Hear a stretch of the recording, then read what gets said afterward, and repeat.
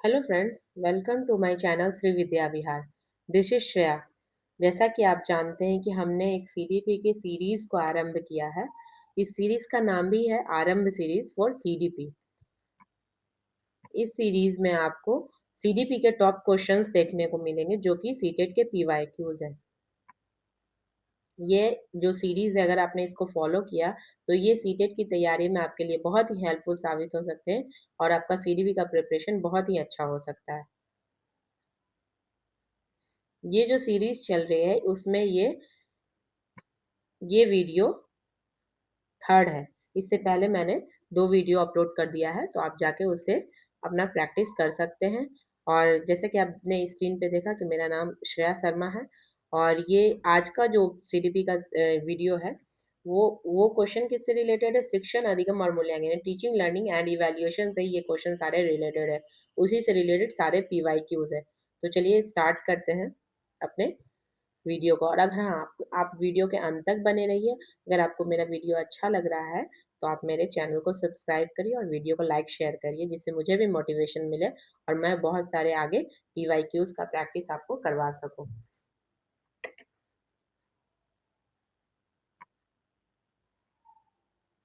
और अब चैनल को सब्सक्राइब कर लीजिएगा ताकि आपको सारे नोटिफिकेशन टाइम टू टाइम मिलते रहें कि आपका प्रैक्टिस अच्छे से चलते रहे सीटेट के एग्जाम के लिए जो फेब में होने वाला है। तो चलिए स्टार्ट करते हैं। इस वीडियो का पहला क्वेश्चन है, एनसीएफ के बारे में है। एनसीएफ 2005 के अनुसार सीखने का स्वरूप क्या होना चाहिए? According to NCF 2005, what should be the nature of learning? Learning का नेचर क्या होना चाहिए? तो पहला ऑप्शन है निष्क्रिय और सरल, पैसिव एंड सिंपल। नहीं, पैसिव हो गया तो ये ऑप्शन यहीं पे गलत हो गया। पैसिव नहीं होगा, ये पैसिव नहीं होगा। ठीक है, फिर नेक्स्ट ऑप्शन है सक्रिय और सोशल।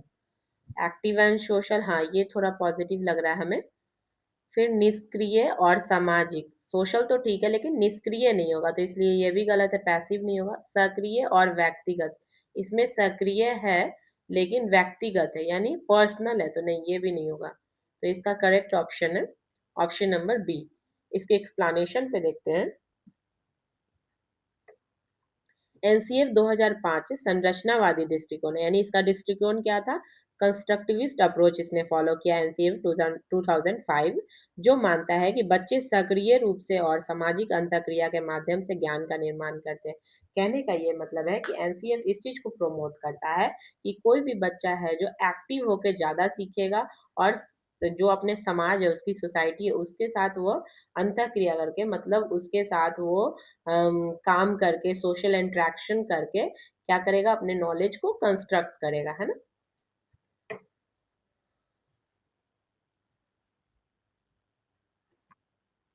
नेक्स्ट क्वेश्चन है क्वेश्चन नंबर 2। एक शिक्षक को विद्यार्थी को समस्या समाधान कौशल विकसित करने के लिए कैसे प्रोत्साहित करना चाहिए? How should a teacher encourage student? एक टीचर स्टूडेंट को कैसे इनकरेज करेगा to develop problem solving skill, कि बच्चा अपने अंदर प्रॉब्लम सॉल्व करने का स्किल को डेवलप कर सके, है ना।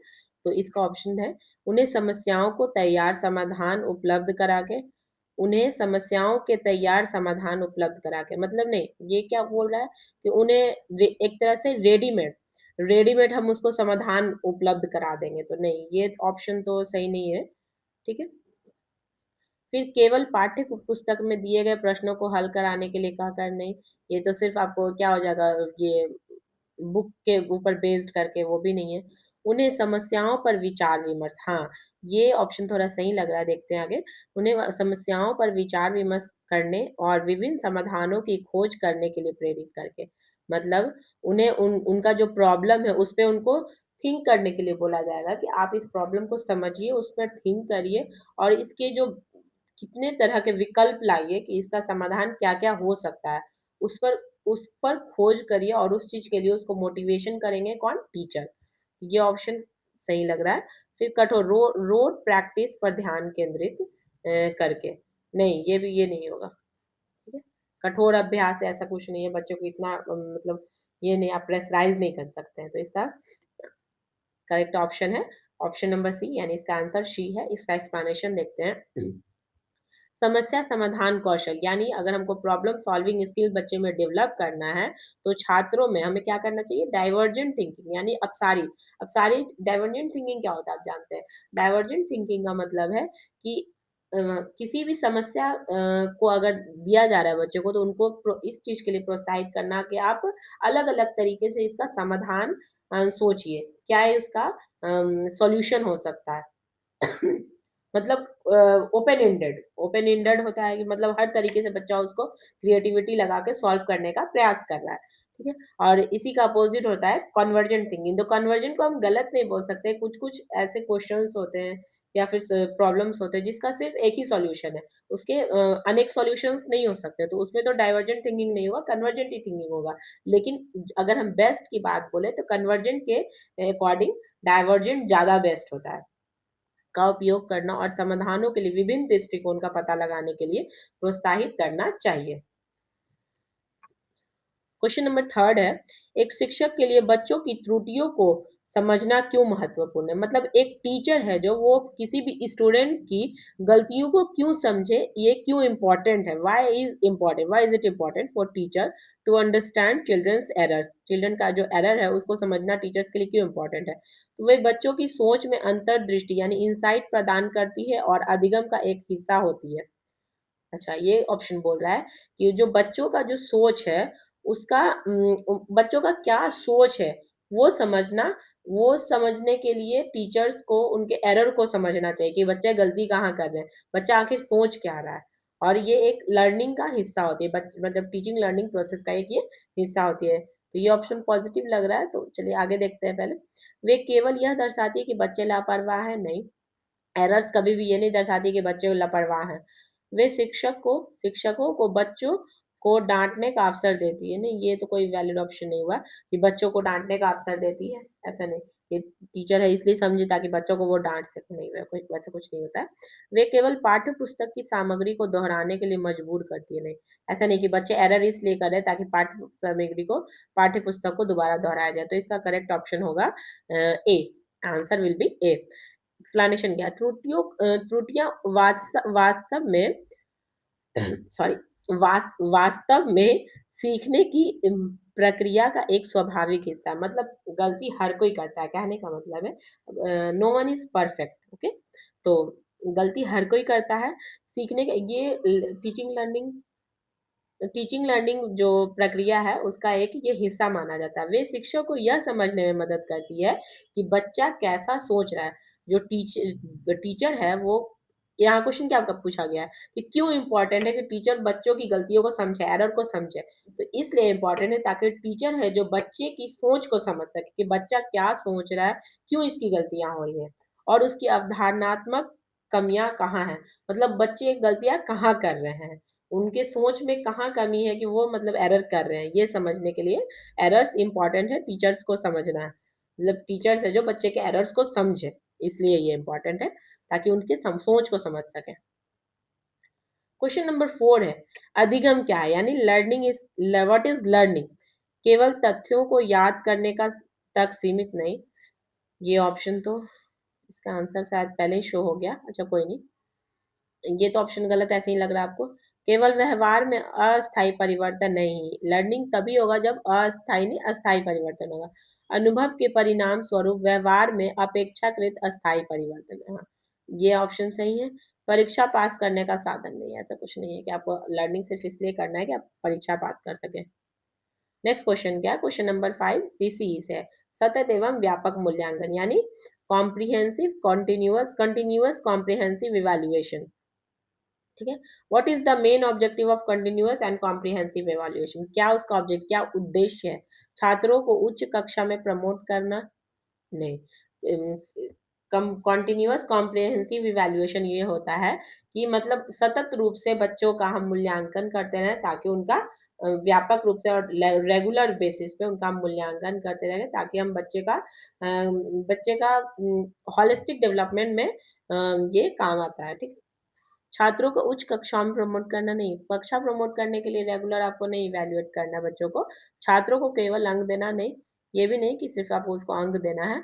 अधिगम प्रक्रिया के दौरान छात्रों की प्रगति और कमियों को जानना और सुधार करना। सीसीई का मेन मोटिव उद्देश्य ये है कि जो छात्र की प्रगति कितनी हो रही है, कहाँ कमी आ रही है कि बच्चा सीख नहीं पा रहा है, इन सबको जाँचने के लिए लगातार इवैल्यूएशन करना, ठीक है? इसलिए सीसीई होता है, ठीक है? सॉरी, ये करेक्ट आंसर होगा, ठीक है? करेक्ट है। केवल शैक्षिक पहलुओं का मूल्यांकन करना नहीं, सीसी है जो होलिस्टिक उस इवैल्यूएशन करता है, बच्चे के सभी पक्ष को, सिर्फ शैक्षिक नहीं, को करिकुलर एक्टिविटीज़ ये सब जितने भी हैं, बच्चों का इमोशनल एक्टिविटी सबको सबका मूल्यांकन करना सीसी में आ जाता है। तो इसका करेक्ट ऑप्शन होगा option number C, answer will be C. CC का उद्देश्य छात्रों को लगातार यानी कंटिन्यूअस मूल्यांकन करना, इवैल्यूएशन करके शैक्षिक और सह शैक्षिक यानी कॉम्प्रिहेंसिव, सह शैक्षिक में क्या-क्या आ जाएँगे कि बच्चा का जो को करिकुलर एक्टिविटीज़ हो रहा है, स्पोर्ट्स हो रहा है, बच्चा कैसे अपने पीयर ग्रुप के साथ रिलेट कर पा रहा है, कैसा उनका रिलेशन है, ये सभी आ जाएँगे उसमें, सह शैक्षिक में।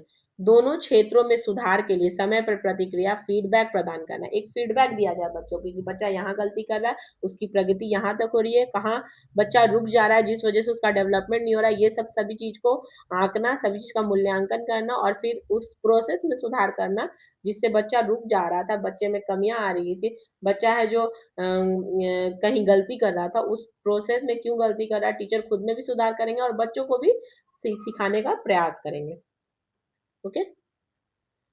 अब नेक्स्ट क्वेश्चन है क्वेश्चन नंबर 6, एक कक्षा में आंतरिक प्रेरणा यानी इंट्रिंसिक मोटिवेशन को कैसे बढ़ाया जा सकता है? मतलब इंट्रिंसिक मोटिवेशन मतलब 2 मोटिवेशन का टाइप होता है, एक होता है एक्सट्रिंसिक, एक होता है इंट्रिंसिक। एक्सट्रिंसिक मोटिवेशन होता है जो बाहर से होता है, जैसे कोई चीज़ हम रिवॉर्ड के लिए या फिर पनिशमेंट से बचने के लिए मोटिवेट होते हैं कि अगर हमने होमवर्क नहीं किया तो मम्मी मुझे खेलने नहीं जाने देगी, तो ये पनिशमेंट हो गया। तो इससे बचने के लिए होमवर्क कर रहे हैं, तो बच्चा बाहर से मोटिवेट है। होमवर्क इसलिए कर रहा है क्योंकि उसको खेलना है, नहीं तो उसका खेलना बंद हो जाएगा, तो वो बाहर से मोटिवेट है। लेकिन वही अगर कोई बच्चा किसी चीज़ को समझने के लिए पढ़ाई कर रहा है कि नहीं मुझे ये चैप्टर लर्न करना है क्योंकि मुझे साइंस के बारे में जानना है ना? मुझे इस टॉपिक के बारे में समझना है, तो वो एक आंतरिक मोटिवेशन, आंतरिक अभिप्रेरणा कहलाएगी, इंट्रिंसिक मोटिवेशन कहलाएगा। समझ में आ गया? अब क्वेश्चन देखते हैं। एक कक्षा में इंट्रिंसिक मोटिवेशन को कैसे बढ़ाया जा सकता है? मतलब बोल रहा है कि कैसे हम उसको बच्चों में बढ़ा सकते हैं। छात्रों को भारी पुरस्कार देके नहीं, अगर हम पुरस्कार ये रिवॉर्ड दे रहे हैं तो ये तो फिर हो जाएगा एक्सट्रिंसिक यानी ये बाय हो जाएगा, तो ये नहीं होगा, है ना? पनिशमेंट करके नहीं, पनिशमेंट भी अगर दे रहे हैं तो ये भी बाय होगा क्योंकि बच्चा है जो पनिशमेंट से बचना चाहेगा और बचने के लिए वो कोई काम करेगा तो वो उसका एक्सट्रिंसिक मोटिवेशन कहलाएगा। ये भी गलत होगा। उच्च प्रद कंपटीशन को प्रोत्साहित करने के लिए नहीं, ये भी नहीं, कंपटीशन भी हर तरह से एक्सट्रिंसिक का पार्ट हो जाएगा, तो ये नहीं होगा। अब क्या है नेक्स्ट, व्यक्तिगत निपुणता लक्ष्य यानी पर्सनल मास्टरी गोल्स और रुचि को प्रोत्साहित, हाँ, ये ऑप्शन सही लग रहा है, सही है, ठीक है? तो पर्सनल मास्टरी मतलब किसी चीज़ में बच्चा को हमको ये जानना है क्योंकि हमको इसमें मास्टरी करना है, ठीक है?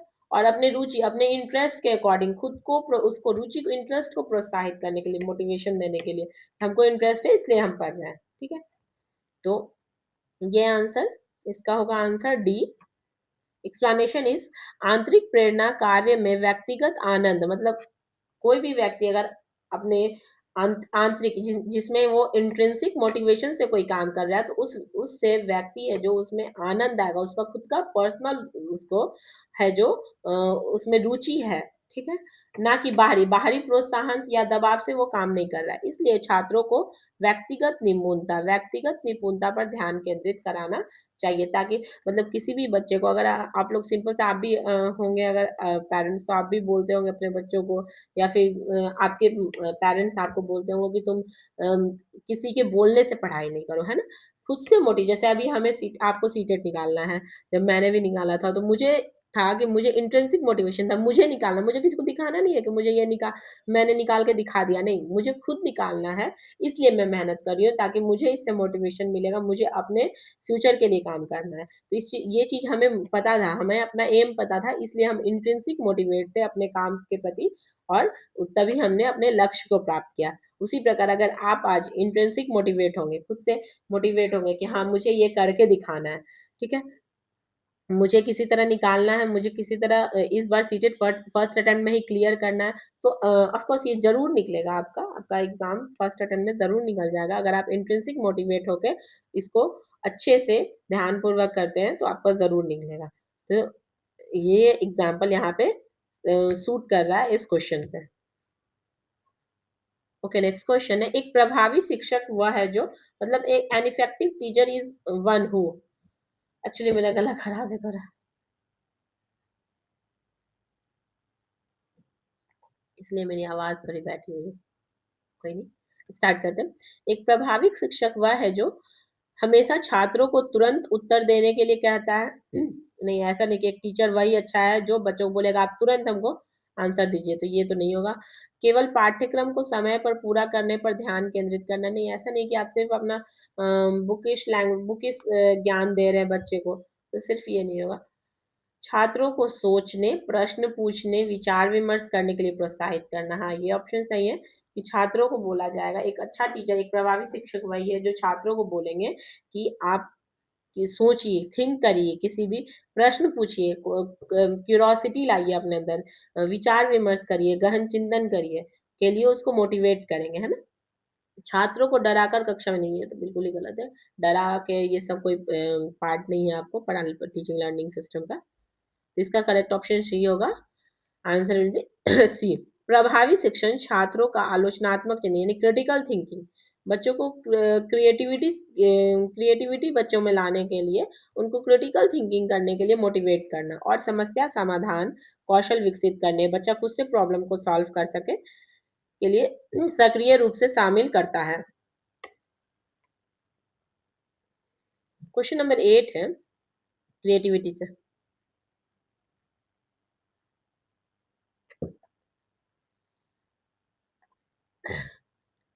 क्रिएटिविटी क्या होता है? सृजनात्मकता को किस प्रकार की सोच से जोड़ा जा सकता है, मतलब क्रिएटिविटी को आप किस प्रकार, किस टाइप की थिंकिंग से लिंक कर सकते हैं। तो ये कन्वर्जेंट थिंकिंग मैंने अभी आपको बताया। कन्वर्जेंट थिंकिंग वो होता है जिसका क्लोज्ड एंडेड आंसर होता है। जैसे कोई क्वेश्चन है अगर कि हमारे देश के प्रधानमंत्री कौन है, तो इसमें आप डाइवर्जेंट थिंकिंग नहीं कर सकते हैं, इसमें तो कन्वर्जेंट थिंकिंग ही होगी ना, क्योंकि प्रधानमंत्री एक ही है। भले वो टाइम टू टाइम चेंज हो जाते हैं, हर 5 साल पे हो सकते हैं, लेकिन एक ही है ना, आंसर तो एक ही होगा, चाहे कोई भी हो। तो इस पे आप कन्वर्जेंट थिंकिंग ही करेंगे, ठीक है। तो और फिर क्या हुई, लेकिन यहाँ क्रिएटिविटी तो कुछ नहीं हुआ ना। अगर आपसे पूछा जा रहा है कि हमारा इंडिया का कैपिटल क्या है, तो उसमें कन्वर्जेंट थिंकिंग, डाइवर्जेंट थिंकिंग क्या है, क्रिएटिविटी क्या है ना? तो वो तो कन्वर्जेंट थिंकिंग ही हुआ, क्योंकि इसमें क्लोज्ड एंडेड क्वेश्चन होंगे। जैसे वन लाइनर्स होते हैं ना, तो ये ऑप्शन में नहीं होगा। फिर डाइवर्जेंट थिंकिंग मैंने बताया जिसमें क्रिएटिविटी होती है। जैसे आपको पूछा जा रहा है कि आप है जो क्या कह सकते हैं आप, अम, एयर क्वालिटी को कैसे सुधार सकते हैं, ये एग्जांपल है कि आप एयर क्वालिटी को कैसे सुधार सकते हैं, इतना जो प्रदूषण है उसको कैसे कंट्रोल कर सकते हैं। तो हर एक बच्चे का आंसर में वेरिएशन होगा। किसी बच्चे का आंसर रहेगा हम पेड़ लगाएंगे, किसी बच्चे का आंसर रहेगा कि हम पॉल्यूशन कम क्रिएट करेंगे, किसी बच्चे का आंसर रहेगा कि हम गाड़ी कम चलाएंगे, मतलब जो ये क्या बोलते हैं, रोडवेज ट्रांसपोर्ट होते हैं उसका है जो उपयोग कम से कम करने की कोशिश करेंगे। किसी बच्चे का आंसर रहेगा कि हम क्या बोलते हैं अ, और किसी से पॉल्यूशन होता है कि एप्लियंसेस कम यूज़ करेंगे, है ना? तो हर एक बच्चे के आंसर में वेरिएशन आ गया, ठीक है? क्योंकि सबका थिंकिंग अलग-अलग है। सब है जो अलग-अलग तरीके से अपनी क्रिएटिविटी के अकॉर्डिंग सोच रहे हैं, तो इसको बोलते हैं हम डाइवर्जेंट थिंकिंग, मतलब हर एक पर्सपेक्टिव से सोचना। तो क्रिएटिविटी किससे लिंक्ड हो रहा है? इससे होगा, डाइवर्जेंट थिंकिंग से रिलेट करेगा। क्योंकि क्रिएटिविटी में भी यही होता है कि बच्चे हर एक तरीके से सोचते हैं, हर एक परिप्रेक्ष्य में से होते हैं। एक क्वेश्चन होगा और उसके बहुत सारे आंसर्स होंगे। क्रिएटिविटी क्रिएट करेंगे बच्चे, अपने सृजन करेंगे नए-नए अपने अनुभव से। हर बच्चा का एक अलग आंसर होगा, है ना? अपना नया-नया स्किल्स लगा के क्रिएटिविटी होगा। और डाइवर्जेंट थिंकिंग भी यही होता है कि वो हर प्रोस्पेक्टिव से सोचना उसका आंसर, ठीक है? इसके आंसर्स मतलब हर एक बच्चे के अकॉर्डिंग वेरिएट करेंगे, ठीक है? अब है लॉजिकल थिंकिंग। लॉजिकल थिंकिंग तो सिर्फ ये हो गया किसी चीज़ पे आपका तर्क लगाना, तो ये क्रिएटिविटी से लिंक्ड नहीं हो रहा है। कॉग्निशन का मतलब ये तो माइंड से है, तो ये भी नहीं हो रहा है। यहाँ बेटर ऑप्शन है डाइवर्जेंट थिंकिंग। तो ऑप्शन इसका आंसर होगा ऑप्शन नंबर बी। एक्सप्लेनेशन क्या है? डाइवर्जेंट सोच एक समस्या के लिए उनके अनूठे और रचनात्मक समाधान खोजने की क्षमता है, जैसे कि मैंने अभी समझाया, जो सृजनात्मकता का मूल तत्व है। मतलब हर एक का अनूठा मतलब हर यूनिक, हर एक का सोचने का तरीका जो होगा वो क्या होगा? यूनिक होगा और रचनात्मक होगा, क्रिएटिव होगा, है ना?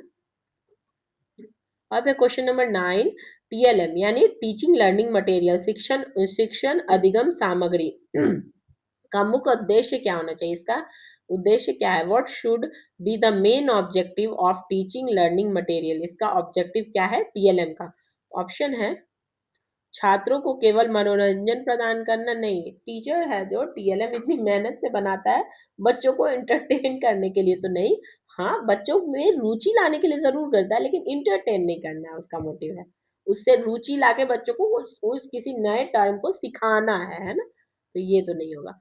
फिर शिक्षण को अधिक सार्थक, रोचक और प्रभावी बनाना, हाँ ये ऑप्शन सही है कि जो टीचिंग प्रोसेस है, जो टीचर है जो टीएलएम बना के अगर ला रहे हैं तो क्या करने के लिए ला रहे हैं, क्यों ला रहे हैं? क्योंकि वो अपने टीचिंग को क्या करना चाह रहे हैं? सार्थक, अधिक सार्थक मतलब अधिक उसको मतलब बच्चों को अच्छी तरीके से समझाना चाह रहे हैं, उसमें रोचकता लाना चाह रहे हैं कि बच्चा इंटरेस्ट से उस चीज को समझे, और प्रभावी बनाना और इफेक्टफुल बनाना चाह रहे हैं अपने टीचिंग प्रोसेस को।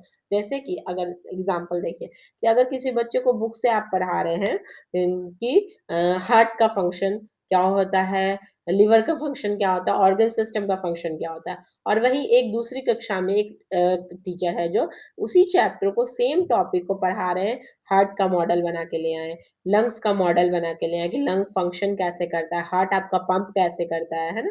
तो अगर ये सब मॉडल दिखा के बच्चों को समझा रहे हैं तो बच्चा, आप ही बताइए बच्चा किससे ज्यादा सीखेगा? वो थ्योरेटिकल पार्ट से ज्यादा सीखेगा या फिर वो मॉडल के रूप में जो वो देख रहा है थ्री डी प्रोसेस में उसके वर्क को, उसके फंक्शन को, जिस उससे ज्यादा सीखेगा? ऑफकोर्स जो सेकंड टीचर मॉडल्स के द्वारा, टीएलएम के द्वारा सिखा रहे हैं उससे ज्यादा सीखेगा, है ना?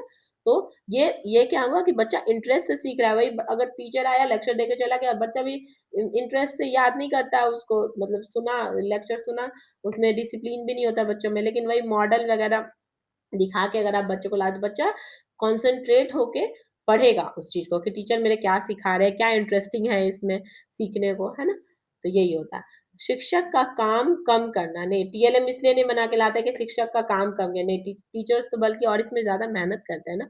वो तो पढ़ा भी रहे हैं आपको, थ्योरी भी पार्ट भी पढ़ा रहे हैं और मॉडल्स वगैरह भी बना के ला रहे हैं, टीएलएम बना के ला रहे हैं, चार्ट बना के ला रहे हैं, है ना? ये नहीं होगा। कक्षा को सजाना, नहीं, कक्षा को सजाना कोई मोटिव नहीं है कि कक्षा को सजाएंगे, तो इसका आंसर होगा ऑप्शन नंबर बी। एक्सप्लेनेशन क्या है? टीएलएम का उपयोग एब्स्ट्रैक्ट अवधारणा यानी अमूर्त और मूर्त बनाकर, मतलब या तो आप उसको दिखा नहीं दिखाकर या फिर दिखाकर, और सीखने की प्रक्रिया को आकर्षक मतलब अट्रैक्टिव बनाकर अधिगम की गुणवत्ता, अपने लर्निंग को सुधारने के लिए टीएलएम का यूज किया जाता है। ये ऑब्स्ट्रैक्ट भी हो सकता है, मतलब आप कॉन्क्रीट तरीके से दिखा भी सकते हैं, अमूर्त तरीके से और अमूर्त तरीके से भी बता सकते हैं टीएलएम। जैसे कि टीएलएम बहुत कुछ होता है। कई बच्चे को आप लेके गए घुमाने के लिए कि चलिए प्लेनेटोरियम घूम के आ जाते हैं, ऐसा कुछ, है ना? अब ये इस वीडियो का लास्ट क्वेश्चन है। हमारा क्वेश्चन का जो सीरीज चल रहा है वो 10 क्वेश्चन का चल रहा है, क्योंकि ज्यादा लेंदी करके ऐसा नहीं कि मुझे सिर्फ क्वेश्चन समझाना है, आंसर बताना है और चले जाना है, ऐसा नहीं। मैं एक क्वेश्चन के साथ पूरे ऑप्शंस को इलेबोरेट कर रही हूँ, फिर और भी टर्म्स आपको समझाने का प्रयास कर रही हूँ। तो इसलिए क्वेश्चंस 10 ही रखेंगे, लेकिन हाँ इसमें आपको बहुत कुछ सीखने को मिलेगा, आपके कॉन्सेप्ट है जो क्लियर हो जाएंगे।